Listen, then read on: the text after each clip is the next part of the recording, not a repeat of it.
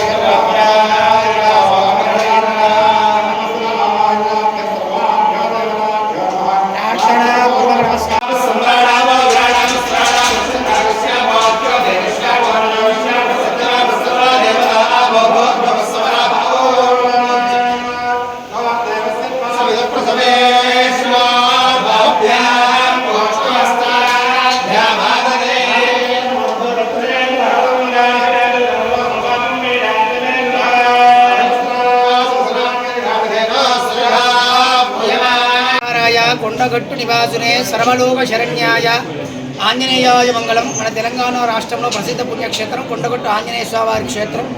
ఈ క్షేత్రంలో జ్యేష్ఠ మాసాన్ని పురస్కరించుకొని స్వామివారి జన్మ నక్షత్రమైన పూర్వభాద్ర నక్షత్రాన్ని పురస్కరించుకొని స్వామివారికి జ్యేష్ఠాభిషేకం చేయడం జరిగింది. ప్రధానంగా స్వామి సన్నిధిలో విశ్వక్షేణారాధన పుణ్యావాచనం 108 అష్టోత్తర శతకలశాలు కూడా స్థాపితం చేసుకొని ఆరాధన చేసుకోవడం జరిగింది. అదేవిధంగా ఆ యొక్క కలశాలు కూడా వరుణ సూక్తము, మన్య సూక్తము తదితర సూక్తాలతో అభిమంత్రణ చేయించి ఆ యొక్క కలశాలకు ఆరాధన చేసి 108 కలశాల్లో సుగంధ ద్రవ్యాలు పాలు, పెరుగు, నెయ్యి, తేనె, శర్కర, పళ్ళ రసాలు, యాలకులు, లవంగాలు తదితర సుగంధ ద్రవ్యాలతో ఆ యొక్క కలశాలన్నీ కూడా నింపి ఆ యొక్క కలశాల యొక్క తీర్థంతో స్వామివారికి ఆరాధన చేయడం, అభిషేకం చేయడం జరిగింది. నూతన పట్టు వస్త్రాలంకరణ, శాస్త్రామార్చన చేయడం జరిగింది. ప్రధానంగా చూసుకున్నట్టయితే ఇది గ్రీష్మ ఋతువు. గ్రీష్మ ఋతువు అంటే తాపం. అలాంటి తాప నివారణ కొరకు అదేవిధంగా ఇప్పుడు మృగశిర కార్తీక ప్రారంభమై వర్షాలు పడాల్సింది ఉంది కనుక ఆ వరుణదేవుడి యొక్క అనుగ్రహాన్ని పొందుతూ సమవృష్టి సమపాలన అతివృష్టి లేకుండా అనావృష్టి లేకుండా నదీ తటాకాది జలమని సంపూర్ణతా సిద్ధ్యర్థం నదులలో కూడా తటాక చెరువులలో కూడా నీరు సంపూర్ణంగా ఉండే విధంగా వరుణుడిని ప్రార్థన చేస్తూ వరుణ సూక్తంతో కూడా అభిమంత్రం చేసి ఈ అభిషేకం చేయడం జరిగింది. ఇందులో కూడా విశేషంగా భక్తులు పాల్గొని ఉన్నారు. వారికి అందరికీ కూడా ఆంజనేయ స్వామి వారి యొక్క మంగళాశాసనాలు కృప చేస్తూ ఈ దేవాలయంకు వచ్చే ప్రతి భక్తులు కూడా ఆంజనేయ స్వామి వారి యొక్క కృప ఎల్లవేళలా ఉండాలని, వారి యొక్క మనోభీష్టంలో నెరవేరాలని చెప్పి కోరుకుంటున్నాం. శ్రీమతి రామానుజాయ నమః. జై హనుమాన్, జై శ్రీరామ్.